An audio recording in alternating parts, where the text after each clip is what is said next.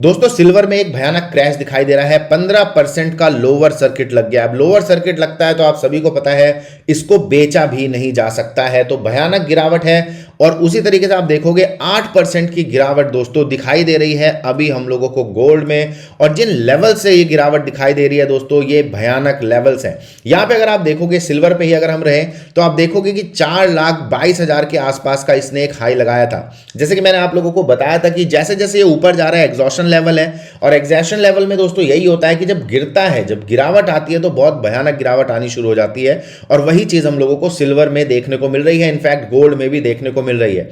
अब इसके देखिए अगले लेवल क्या हो सकते हैं। देखो अभी जिस तरीके से ये गिर रहा है, ठीक है, हम लोग ये मान के चलते हैं, मिनिमम भी अगर हम मान के चलें तो अभी कंजर्वेटिवली भी मान के चलें कि 3 लाख का जो लेवल है दोस्तों वो टच हो सकता है। और अगर बाई चांस दोस्तों दोबारा से एक लोअर सर्किट लगता है, तब फिर ये इसको लेके आ जाएगा 2,88,000 के आसपास। और ये एक बहुत बड़ा झटका रहेगा दोस्तों, खासतौर से उन लोगों के लिए जिन लोगों ने प्रॉफिट बुक नहीं किया। अब अगर हम लोग बात करें ओवरऑल सिल्वर की डायरेक्शन की, कि भाई देखो ओवरऑल सिल्वर की डायरेक्शन क्या रह सकती है, कहां जा सकता है और क्या हम लोगों को दोबारा मौका मिलेगा। देखिए कई बार हम लोगों को दोबारा मौका भी मिलता है। कई बार मार्केट जो है अभी जैसे कि लोअर सर्किट में है, लेकिन अगले दिन दोस्तों ऊपर भी खुल जाता है और दोबारा से हम लोगों को एक रैली दिखाई दे जाती है। लेकिन वर्स्ट केस सिनारियो अगर हम समझने की कोशिश करें कि भैया वर्स्ट केस में क्या हो सकता है, देखो वर्स्ट केस में हो ये सकता है कि जो सिल्वर है वो इस रेंज में दोस्तों करेक्ट होता रहे। करेक्ट होने का मतलब ये है, अभी तो देखो इसने झटका दे दिया इन लोगों को जिन्होंने ऊपर के लेवल पे लिया, लेकिन ये क्या करेगा यहां पे दोस्तों करेक्ट हो सकता है और करेक्शन के बाद दोबारा से फिर ऊपर जा सकता है, क्योंकि अभी हमारे पास यहां पे कोई ब्रेकआउट नहीं है। लेकिन क्योंकि ये एक बड़ी गिरावट है तो ये समझना बहुत जरूरी है कि भाई इस तरीके की गिरावट में आदमी करे तो करे क्या।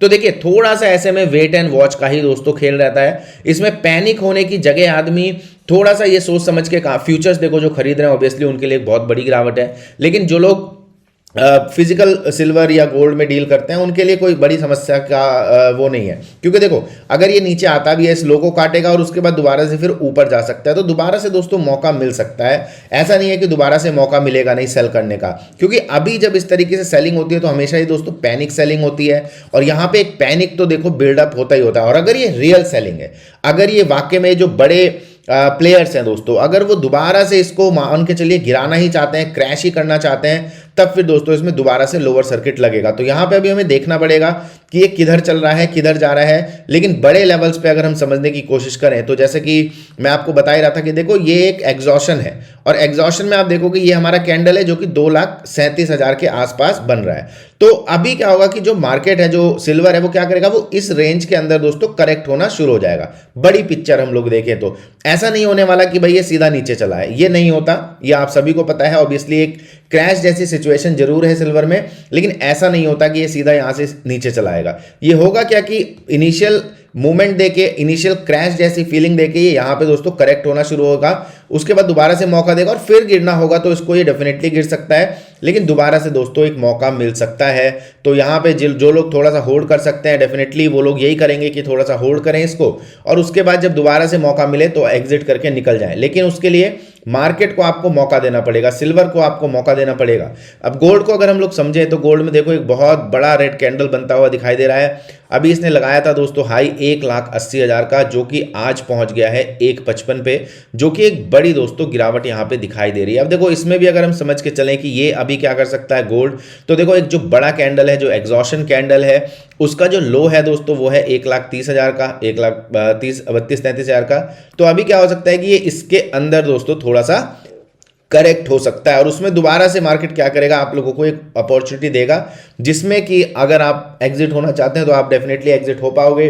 क्योंकि अगर इसको गिरना भी है तो सीधा दोस्तों ये बड़े इस तरीके से क्रैश नहीं आते हैं कि बस लगातार ये गिरा जा रहा है, क्योंकि एक कमोडिटी है और इस तरीके से क्रैश इनमें नहीं दिखाई देता है। तो यहाँ पे देखो इनिशियल मूवमेंट है, इनिशियल डाउन मूवमेंट है, लेकिन इसका मतलब ये नहीं है कि हम लोग नीचे से फिर दोबारा ऊपर की तरफ नहीं जा पाएंगे।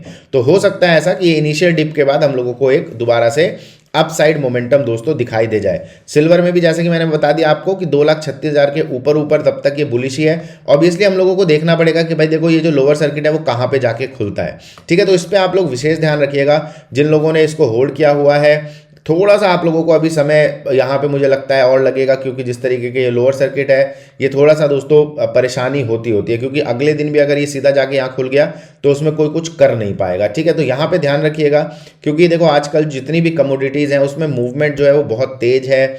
और जैसे कि अभी आपने नेचुरल गैस में भी देखा कि बहुत बड़ा इसने 25% के हाई लगा के MCX का जो फ्यूचर था वो सीधा अगले दिन 50% लोअर खुला।